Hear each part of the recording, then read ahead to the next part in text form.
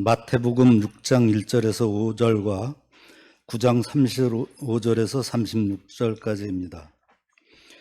사람에게 보이려고 그들 앞에서 너희 의를 행하지 않도록 주의하라. 그리하지 아니하면 하늘에 계신 너희 아버지께 상을 받지 못하느니라. 그러므로 구제할 때에 외식하는 자가 사람에게서 영광을 받으려고 회당과 거리에서 하는 것 같이 너희 앞에 나팔을 불지 말라. 진실로 너희에게 이르노니 그들은 자기 상을 이미 받았느니라. 너는 구제할 때에 오른손이 하는 것을 왼손이 모르게 하여 네 구제함을 은밀하게 하라. 은밀한 중에 보시는 너희 아버지께서 갚으시리라. 예수께서 모든 도시와 마을에 두루 다니사 그들의 회당에서 가르치시며 천국 복음을 전파하시며 모든 병과 모든 약한 것을 고치시니라. 무리를 보시고 불쌍히 여기시니 이는 그들이 목자 없는 양과 같이 고생하며 기진함이라. 예, 오늘 하나님의 말씀은 시선의 전환, 이런 말씀의 제목으로 하나님의 말씀 나누기 원합니다. 오늘 저의 말씀은 이상문학상에서 나왔습니다. 올해 2026년 이상문학상 작품 가운데 대상을 받은, 최우수상을 받은 그 눈과 돌멩이는 약간 좀 재미가 없었고, 우수상으로 소개된, 저기 보이시는지 모르겠지만 저 우수상으로 소개된 김혜진의 소설가의 관종들이란 제목의 소설이 담겨 있습니다. 이 소설이 요새는 이제 이상문학상에서 대상뿐만 아니라 그렇게 아깝게 이제 본선에 올라가서 마지막 최종 결선에서 떨어진 몇 개의 작품을 골라서 우수상으로 이렇게 시작하고 있습니다. 그래서 제가 해마다 이상문학상을 특별한 일이 없으면 사서 읽고 있는데 올해도 읽었습니다. 읽다가 이 김혜진의 간종들이라고 하는 이 작품이 굉장히 저에게 좀 인상적이어서 이 작품을 가지고 오늘 우리 시대를 가치를 반영하는 그런 이야기다라는 생각이 들어서 말씀을 좀 전하면 좋겠다라는 생각이 들었습니다. 이 김혜진 씨의 이 관종들이라는 이 책은 이상문학상의 우수상을 받았기도 했지만 올해 현대문학상에서도 우수상을 받았습니다. 그만큼 이 소설이 갖고 있는 시의성이 굉장히 특별하다, 이런 생각을 가질 수 있겠죠. 한마디로 오늘 이 시대를 살아가는 우리 모두에게 굉장히 시의적절한 소설로 읽혀졌다라고 이렇게 말할 수 있을 것입니다. 어른들은 이 말이 무슨 말인지 잘 모르시는 분들도 있습니다. 그런데 요즘 젊은 세대들은 사실 이 단어를 모르는 사람은 없어요.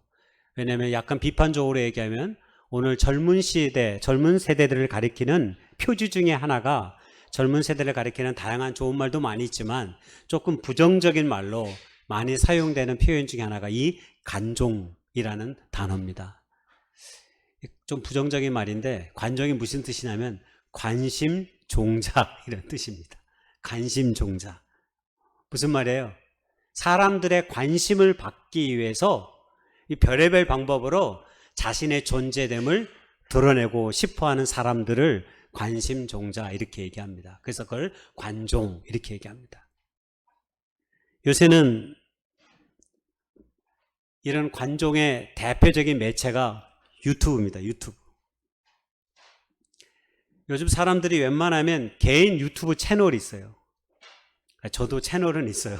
만들어 놓고 몇 번 사용은 안 했어요. 그냥 닫아놨는데 채널을 만들어 놓고 사용하진 않았어요. 몇 번 사용했죠. 특별한 목적이 좀 있어서 제가 사용해놨다가 더 이상 사용하진 않는데, 요즘 웬만한 사람들은 다 유튜브 개인 채널을 만들어 놔요. 그래서 구독자를 500명 이상 늘리고 일주일에 두세 번씩 동영상을 계속해서 올리고 일정 정도의 많은 사람의 숫자가 그 동영상을 보게 되면 수익이 창출됩니다. 그래서 유튜브와 개인 채널자가 서로 수익을 나누어 갔습니다. 그러니까 많은 사람들을 동영상, 자기의 채널을 보게 하기 위해서 아주 자극적이고 선정적인 영상들을 많이 보여줍니다. 그래서 때로는 거짓말이 난무하기도 합니다. 왜냐하면 거짓말이 사람들을 현혹시키거든요. 그러니까 아주 자극적인 언어에 낚여가지고 저도 쇼츠를 몇 번 본 적이 있습니다. 뭐 누가 죽었다 그랬는데 막상 들어가 보니까 죽은 게 아니고 죽으려고 했었다라는 게 내용이에요. 그러니까 너는 거기에 또 낚여가지고 들어가서 봤다가 이거 뭐야. 그래서 한 사람을 여러 번 죽이기도 합니다. 요새 유튜브가 그렇습니다. 이런 시대상을 바라보면서 이몽택이라는 작가가 관종의 조건 이런 책을 썼어요. 여기에서 관종을 뭐라고 얘기하냐면 이 작가는 세상에서 오늘 우리들이 살아가는 이 세상을 관심이 화폐가 된 시대 이렇게 규정했어요. 관심이 왜 화폐가 되겠어요? 앞서 유튜브를 얘기했잖아요. 유튜브를 많이 보면 내 채널을 많이 보면 그게 돈이 되는 거예요.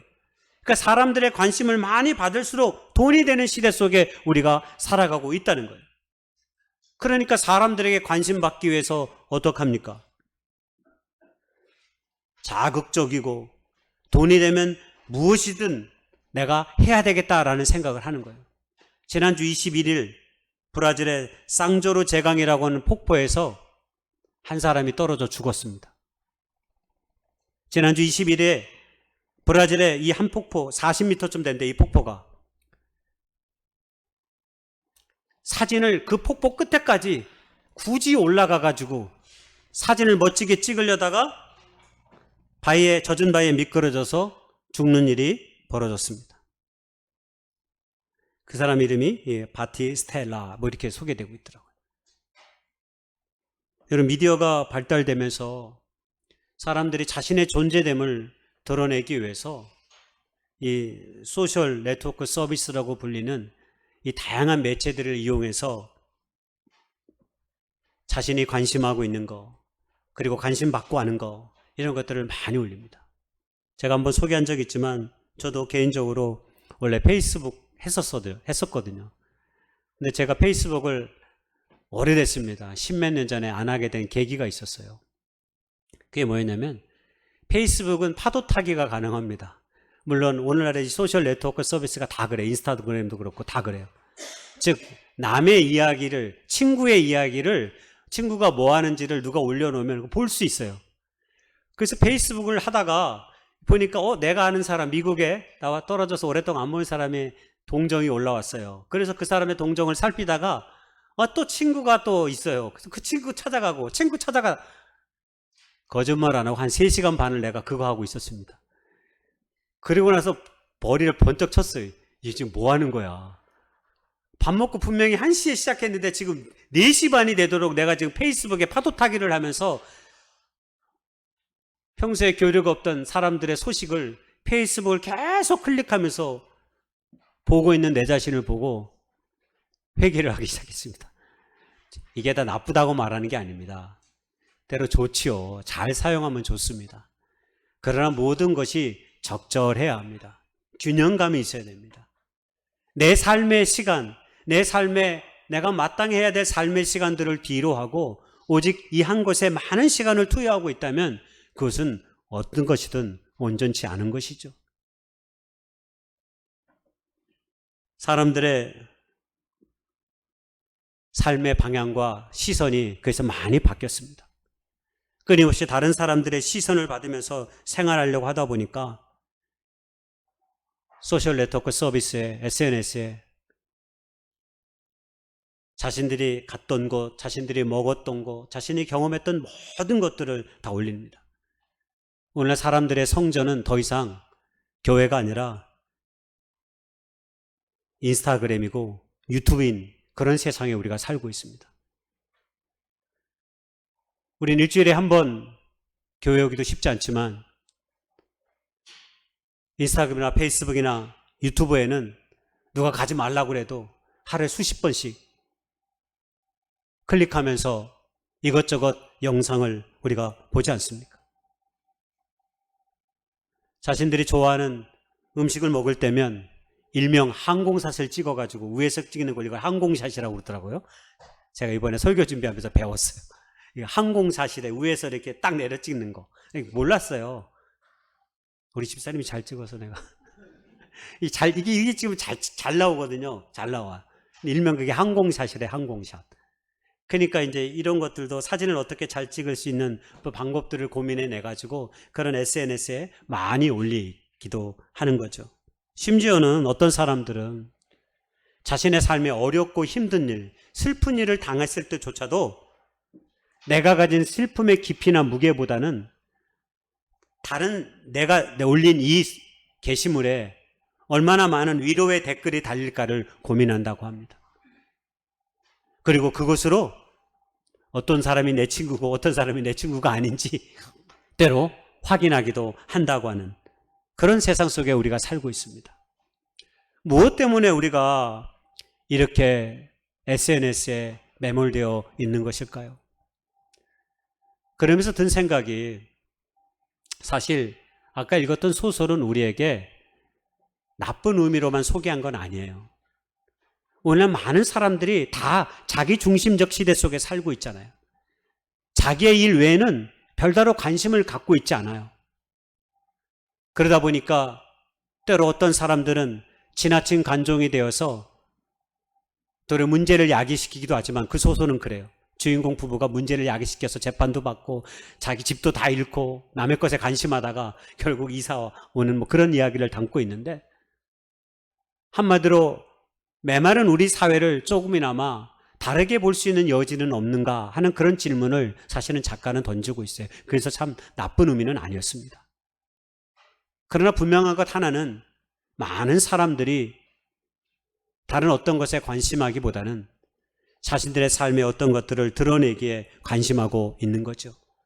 이걸 역으로 생각해 보면 진정한 관심의 허기다 이렇게 말할 수 있겠죠. 우리가 정말로 관심해야 되는 것, 우리가 정말 우리의 삶을 붙들어야 되는 것, 하나뿐인 우리에게 준 이 인생의 삶의 의미를 바르게 인식하고 바르게 살아갈 수 있는 삶의 길들, 아니 신앙적으로 얘기하면 하나님께서 우리에게 허락하신 이 생명의 삶을 어떻게 가치 있고 의미 있게 구현해 나가야 하는지, 이걸 끊임없이 고민하고 이것을 끊임없이 기도하며 나아가는 사람들이 그리스도인이 아닙니까?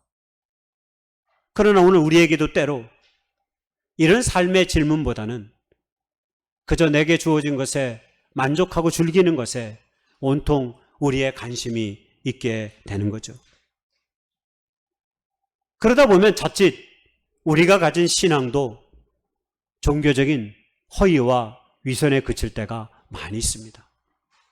그저 적당히 발을 담가놓고 그냥 종교생활 하는 거죠.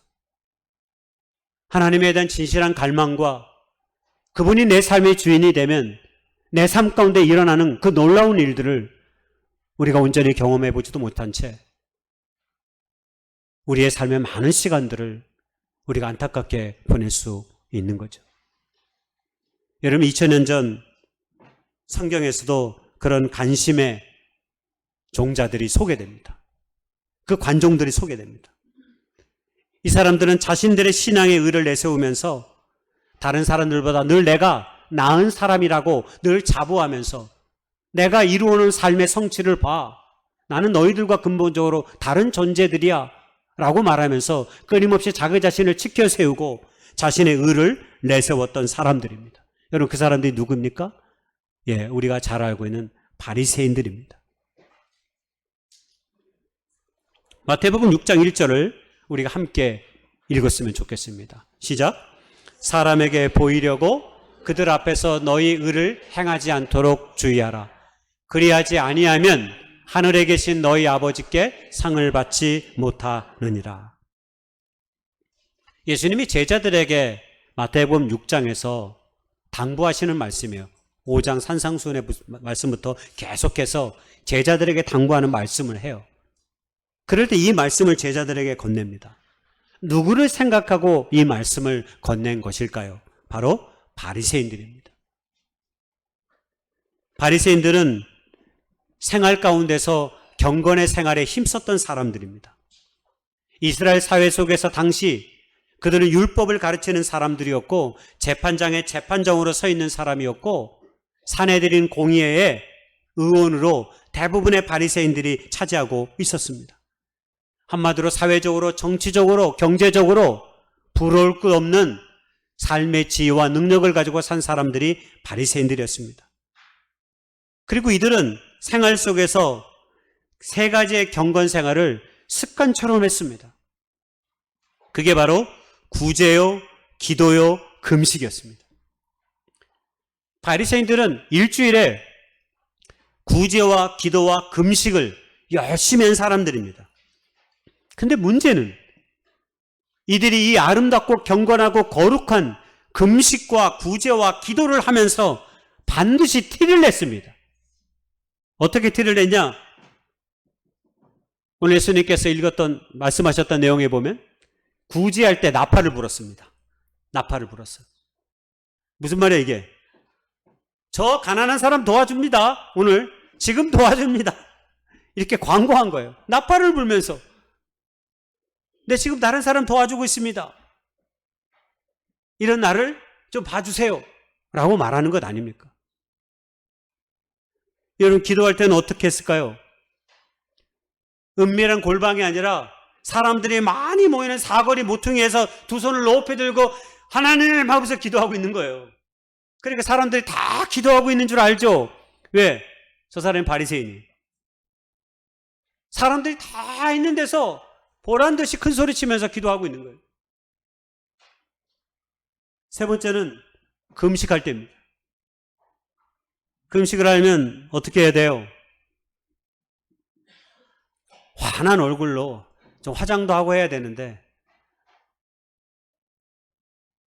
아주 흉하고 지친 기색, 슬픔과 고통에 온몸을 아는 사람처럼 얼굴에 나 지금 굶고 있어.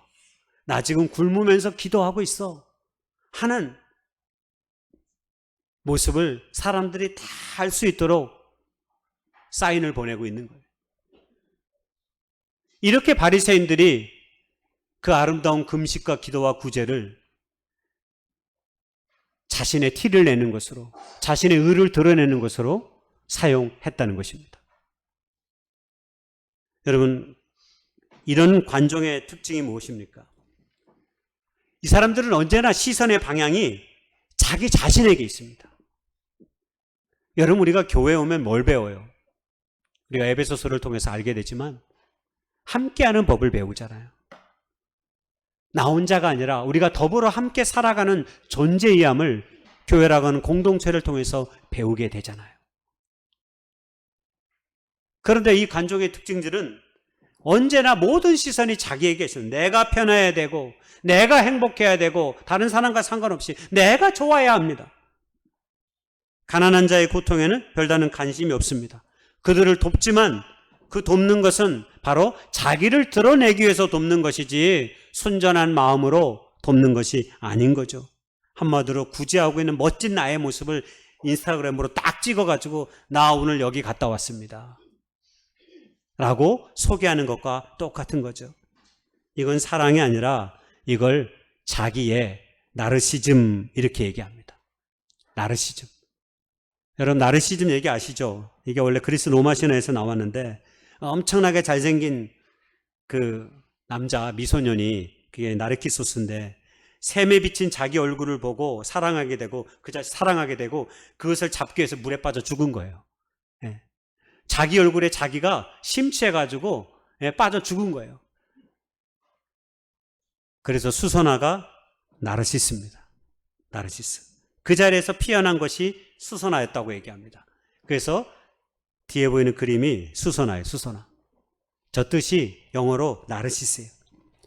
근데 그런 나르시즘을 담고 있는 꽃이 바로 수선화입니다. 나르시즘에 빠진 사람의 특징은 앞서 말씀드린 대로 저의 경험에서 그렇듯이 이 SNS에 많은 시간을 투자합니다. 1시간, 2시간, 3시간 넘어서 자신의 일상의 삶을 과장하거나 큐레이팅, 꾸며가지고 이미지를 만들어가지고 계속해서 올려서 사람들의 좋아요를 갈구하게 되는 거죠. 오로지 이들은 시간만 되면 자신을 드러내고 보여주는 일에만 몰두하게 되는 것이죠. 이런 관종의 두 번째 특징은 언제나 사람들에게 보상받기를 원합니다. 내가 이만큼 했으니, 내가 이렇게 했으니까 내가 이런 대가를 받는 것이 지극히 당연해 라고 말하는 겁니다. 한마디로 사람들의 박수와 칭찬에 늘 목말라 있는 것입니다. 내가 이렇게 하면 누군가가 나를 좋아해 주겠지. 내가 이렇게 하면 나의 삶을 인정해 주겠지라고 말하면서 언제나 타인의 시선에 목매이는 삶의 순간들을 많이 보내는 거죠. 그래서 이런 나르시즘에 빠져 있는 사람들은 사람들의 반응이 없으면 금방 우울해진다고 합니다. 그리고 비난이 들어오면 완전히 무너지게 되는 거죠. 노이즈 마케팅이라고 하는 마케팅의 방법이 있습니다. 이 노이즈 마케팅을 가장 잘 사용하는 부류들이 정치인과 연예인들입니다. 사람들의 시선에서 멀어지면 곧 자기의 존재됨을 잃어버리기 때문에 어떻게든 사람들의 시선을 자기에게 두기 위해서 좋은 것뿐만 아니라 때로는 나쁜 소식도 의도적으로 보여짐을 통하여서 사람들의 머릿속에 기억되도록 만들게 하는 것. 그게 바로 노이즈 마케팅이라고 말합니다. 그래서 연예인들이 하는 얘기가 있어요. 그게 무슨 말이냐면 무풀보다 그래도 악플이 나아 이렇게 얘기한답니다. 무풀은 뭐냐면 자기에 대한 기사가 올랐는데 아무런 댓글이 안 달린 거예요. 그러니까 자기들끼리 하는 말이 야 그래도 무풀보다는 악플이 나아. 왜? 누가 악플을 달고 있으면 그래도 나에 대해서 누군가가 알고 있다는 얘기고 관심 있다는 얘기니까. 사람들은 그렇게 자신의 존재됨이 사라지는 것을 이 나르시즘에 빠져 있는 이 관종들은 두려워한다는 겁니다. 그런데 여러분 한 번만 더 깊이 생각해 보십시오. 우리가 그토록 소중히 여기는 그 모든 것들은 대부분 시간의 한계를 다 갖습니다. 시간이 지나면 다 사라집니다. 그런 사라질 것들에 우리의 인생을 걸면 안 되는 거죠. 그래서 우리가 눈앞에 작은 이익이나 이익 때문에 자신을 속이거나 다른 사람을 속이는 일을 해서는 안 되는 이유가 때로 거기 있는 것입니다. 우리가 그리스도인이 되었다라고 하는 것은 나 중심적인 삶에서 벗어나 이제 나의 삶의 관심을 다른 사람, 타인에게 돌리는 시선의 전환을 가진 사람이 되었다라고 하는 의미를 갖고 있습니다. 우리가 예수를 믿기 전에는 나 중심적으로 살았습니다. 그리고 그것이 지극히 당연한 것으로 생각했습니다. 그러나 우리가 하나님을 알고 예수 그리스도의 십자가의 사랑을 안 이후로는 그것이 나의 삶의 존재 이유와 목적이 아니라 우리가 더불어 그리스도 예수 안에서 하나님 안에서 살아가는 존재로 하나님의 영광을 위하여 우리가 살아간다고 하는 삶의 목적을 새롭게 깨달았습니다. 그래서 우리는 이웃과 더불어 살아가는 존재로 자기 자신의 존재됨을 규정하려 드는 것이죠. 여러분 바로 그것이 그리스도인들 아닙니까? 그래서 그리스도인들은 전혀 다른 방향으로 이 목마름을 보여주고 있는 거죠. 바로 예수님께서 오늘 우리에게 마태복음 9장 35절과 36절에 말씀하신 내용이 바로 그것입니다. 예수님께서 공생의 사역에 많은 사람들에게 말씀을 가르치시고 귀신을 쫓아내고 병든 자들을 고치셨습니다. 이것이 예수님의 사역의 전부라고 말해도 과언이 아닙니다. 그리고 그들을 고치신 이유는 그들 모두도 하나님의 나라의 백성이고 하나님 나라의 한 사람으로 살아갈 수 있는 권리와 자격을 가지고 있다고 하는 것을 보여주기 위함이었습니다. 그런데 그들 모두를 아픔과 질병을 고치신 이유가 여기 언급됩니다. 뭐라고 언급되냐면 무리를 보시고 불쌍히 여겼다. 불쌍히 여기시는 마음. 여러분 이 불쌍히 여기다는 말이 헬라어로 스플랑크 리조마이 이런 뜻인데 여러분 이 스플랑크나라는 말에서 유행했는데 이 스플랑크라는 뜻이 우리 몸 안에 있는 심장, 허파, 간 이런 우리의 속을 차지하는 내장을 의미합니다. 그러니까 이 스플랑크 리조마이 뜻은 상대의 아픔을 보았을 때 내 창자가 내 속이 끊어질 듯한 아픔을 느끼는 것 바로 그것을 말하는 거예요. 그러니까 이 스폴랑크 니조마이라는 이 불쌍히 여기다라는 말이 얼마나 큰 의미를 담고 있는지를 우리가 알 수 있는 거죠. 예수님께서 이웃들을 보고 창자가 끊어질 듯한 그들의 아픔을 내 고통이 끊어질 듯한 아픔으로 느꼈다는 것 아닙니까? 그리고 그 마음과 그 자세로 바라보았다는 것 아닙니까? 이게 바로 세상의 관종들과 그리스도인들의 근본적인 차이입니다. 무슨 말입니까? 인생을 살아가는데 삶의 주인공이 누구냐는 것입니다. 관종에 빠져있는 사람들은 언제나 자기가 주인이지만 자기가 주인이면 언제나 다른 사람을 관객으로 만들어버립니다.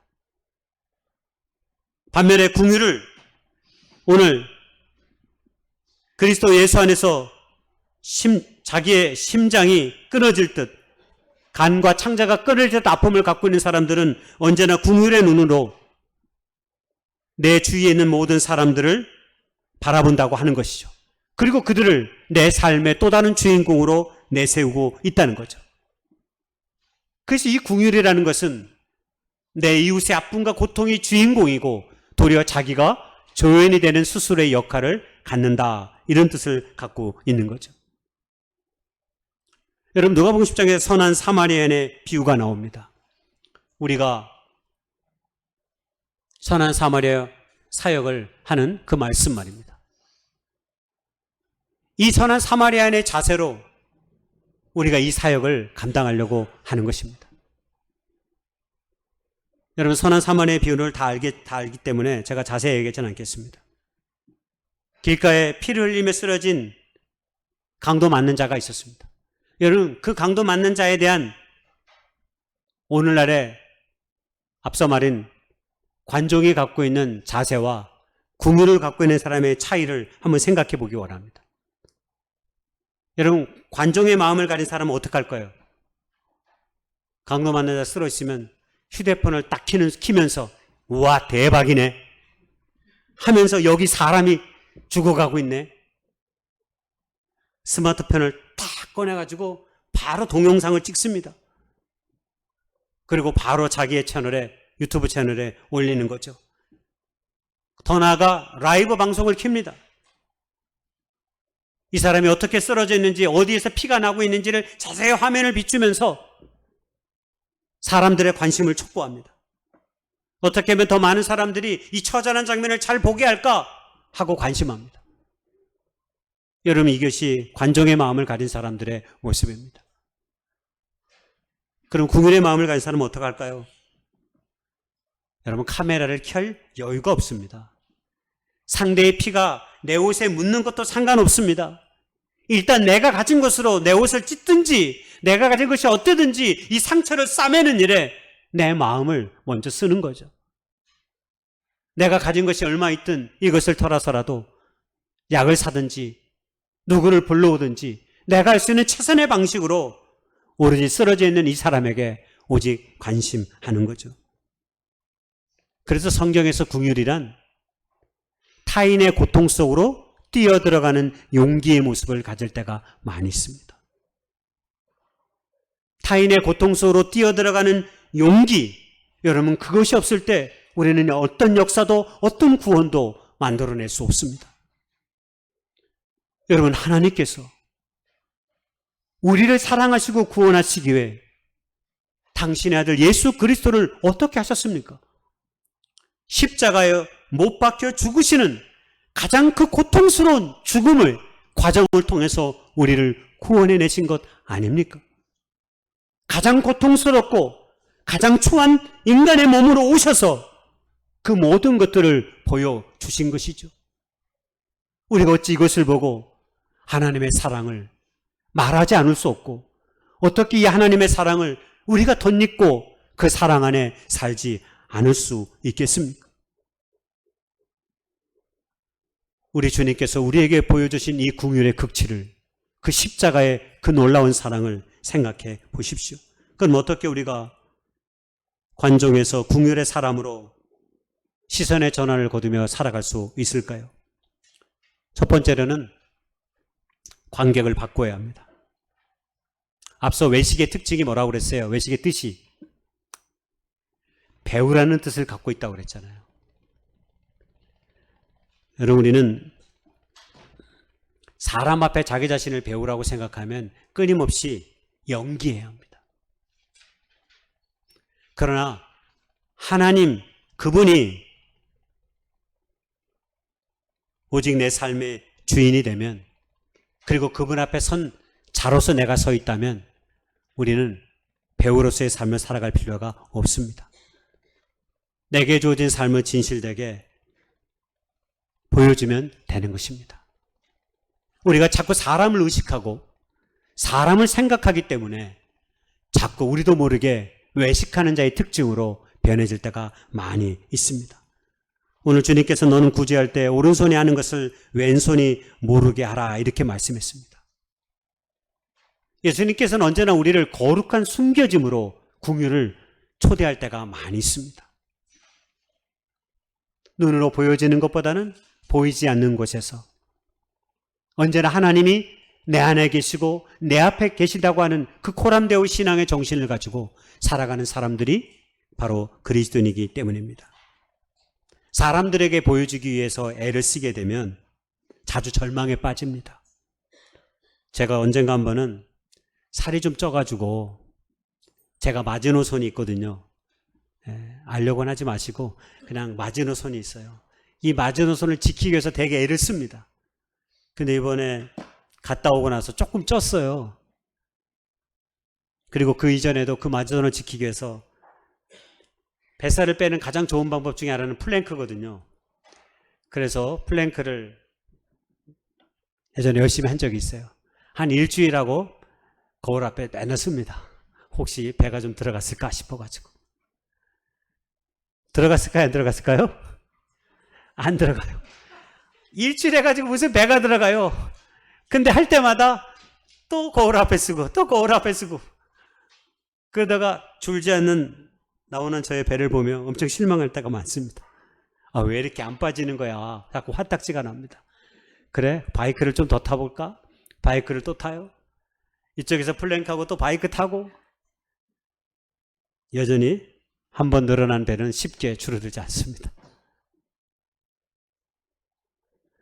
영적인 삶이 그렇습니다. 뭔가 보여지기 위해서 내가 어떤 의를 행하게 되고 거기에 초점을 맞추게 되면 언젠가 우리가 절망하게 됩니다. 그리고 자기의 만족에 스스로 빠져 살게 되겠죠. 마태복음 6장 4절에 주님께서 은밀한 중에 보시는 너희 아버지께서 갚으시라 라고 말씀이 있습니다. 아무도 보지 않는 곳에서의 나의 선행이야말로 우리의 신앙의 진짜 영성이 됨을 기억할 수 있기를 바랍니다. 두 번째,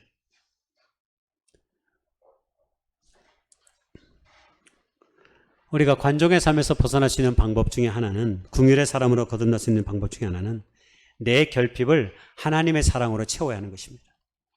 여러분, 왜 사람들이 관종이 될까요? 뭔가 채워지지 않는 마음이 그의 마음속에 있기 때문입니다. 무엇인가 속이 비어있기 때문입니다. 여러분, 소설에서는 그게 불안이에요. 불안. 소설의 주인공이 다 얘기하면 또 재미없는데 이 부부가 아이를 순간 놓쳐요. 그래서 아이가 사고를 당해요. 그래서 장애를 갖게 돼요. 그리고 그 딸은 잘 찾아오지도 않고 자주 만나지도 않아요. 이 부부에게 어릴 때 딸을 제대로 못 살폈다고 하는 그런 아픔이 있어요. 그게 마음의 불안인 거예요. 그 불안이 사람들에게 계속 관심하고 있는 거예요. 그래서 놀이터에 혼자 있는 아이만 봐도 불안한 거예요. 저 아이가 왜 저기 있지? 그거 지켜보고 있는 거예요. 1시간, 2시간 동안. 제가 빨리 들어가야 될 텐데 안 들어가면 왜 안 들어가고 있지? 라고 하면서, 그리고 또 부모가 오는데 부모가 인상이 험구죠. 그러면 저 부모 아닌가? 강도 같은데? 도둑 어디로 납치하려고 하는 거 아니야? 이런 끊임없는 상상의 날개를 피는 거예요. 여러분, 불안은 우리 안에 불안의 마음이 들어오면 절대 작아지지 않습니다. 계속 커집니다. 그리고 그 불안이 우리 안에 커지게 되면 그것이 모든 것을 규정하게 돼요. 내 삶에 채워지지 않는 불안감이 다가오면 다른 것들에 대한 무차별적인 관심으로 그래서 불안을 해소하기 위해서 폭식하는 사람들이 많은 거예요. 왜? 먹음을 통해서 해결해 보려고 하지만 해결이 안 되죠. 왜? 사랑받고 싶고 인정받고 싶은 이런 허기짐이 이 안에 있기 때문에 그것을 어떤 형태로든 채우고 싶은 마음이 있기 때문입니다. 그러나 사람의 관심은 바닷물과 같아서 마실수록 더 목이 마른 것입니다. 그러나 나를 위해 생명을 주신 예수님의 사랑, 그 사랑을 우리가 기억한다면, 그리고 그 사랑만이 우리의 갈증을 유일하게 해결할 수 있는 길이심을 우리가 온전히 안다면, 우리는 그때서야 비록 그리스도 예수 안에 우리의 삶을 두었을 때 이웃의 고통과 그들의 아픔이 눈에 보이기 시작할 겁니다.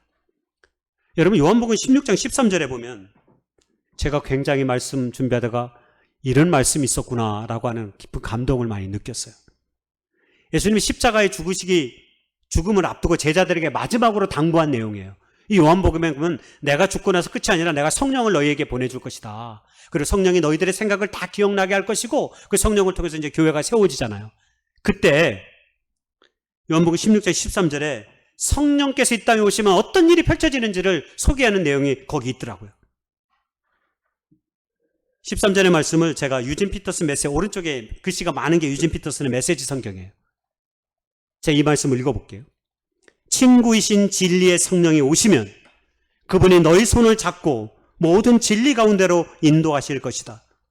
그분은 자신에게 이목을 끌지 않으면서 장차 일어날 일과 내가 행하고 말한 모든 것의 의미를 너희에게 알려주실 것이다. 그분은 나를 영화롭게 하실 것이다. 무슨 말입니까? 성령이 충만하면 충만할수록 내가 이웃에 대해 관심하게 되고 하나님을 높이게 되는 삶을 살 것이라고 말하잖아요.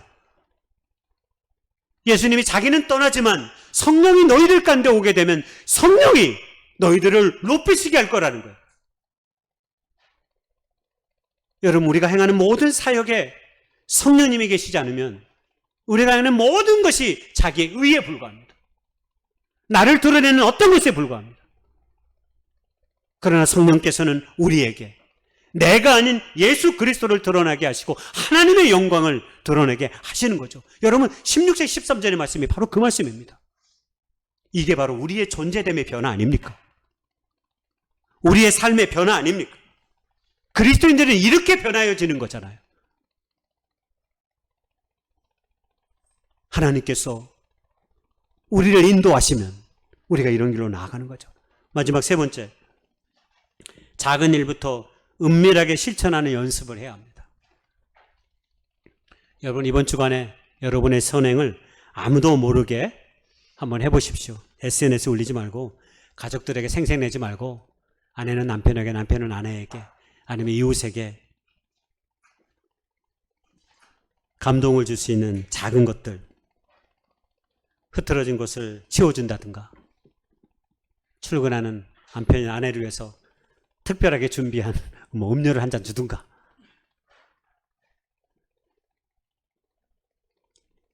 제가 좀 망설이다가 내가 그냥 얘기할게요. 예. 제가 우리 아내한테 가끔씩 잔소리를 좀 듣습니다. 이제 주일날이 지나면 월요일이 되면 이제 주일날 쓰레기가 많이 있잖아요. 그럼 다 치워야 되잖아요. 다 치워요. 그리고 주로 이제 월요일날 저녁에 많이 치우는데, 가끔 이제 박스를 버리는데 제가 그냥 막 박스를 버릴 때가 있어요. 좀 부끄러운 일인데 우리 아내한테 많이 혼납니다. 박스를 접어가지고 버려야지 왜 그냥 버리냐고. 테이프는 별도로 떼어야 되고, 박스 다들 저기 할아버지 할머니 접어가시는 거 못 봤냐고. 제가 이렇습니다.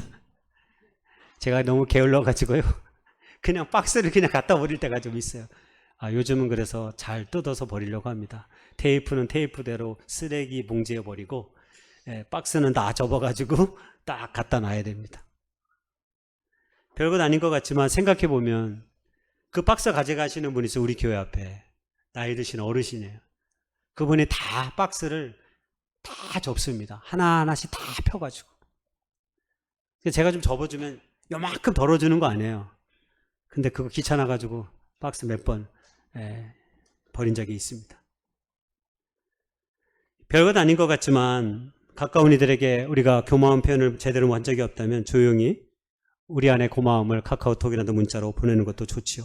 길거리에 아무렇게나 놓여있는 공유 자전거도 누가 치우지 않는다고 냅두지 마시고 내가 가서, 요새 공유 자전거들이 많이 있습니다. 이 킥보드라고 불리는 것들 한 곳에 잘 치워놓으시면 다른 차량이 지나가기도 괜찮고 사람이 다치지도 않습니다. 여러분, 그런 일들을 하게 되면 우리 안에 기쁨이 있습니다. 형언할 수 없는 기쁨이 우리 안에 다가오는데 바로 그런 것들이 때로 하나님께서 우리 안에 주시는 긍휼의 기쁨인 거죠. 결론입니다. 말씀 맺겠습니다. 세상은 온통 우리를 보고 너의 존재됨을, 너를 증명하고 네가 얼마나 잘났는지를 좀 사람들 앞에 보여줘라 라고 외칩니다. 하지만 주님께서는 오늘 우리에게 이렇게 말씀하십니다. 내가 너를 잘 안다. 그러니 너는 이제 고통당하고 있는 저 울고 있는 사람을 보아라. 관종은 늘 타인의 시선을 먹고 살지만 긍휼을 가진 사람들은 언제나 하나님의 시선을 먹고 삽니다. 여러분, 우리의 인생이 나를 뽐내는 무대가 아니라 상처받는 이들을 따뜻하게 품는 그런 품의 인생이 될 수 있기를 주님의 이름으로 축복하고 소망합니다. 나를 향한 시선을 거두고 이웃을 향해 눈을 돌릴 때 비로소 세상은 우리를 통해 살아계신 하나님의 얼굴을 보게 될 것입니다. 여러분의 얼굴들이 그런 하나님의 얼굴로 이 땅 가운데 보여질 수 있기를 주님의 이름으로 축복하고 소망합니다.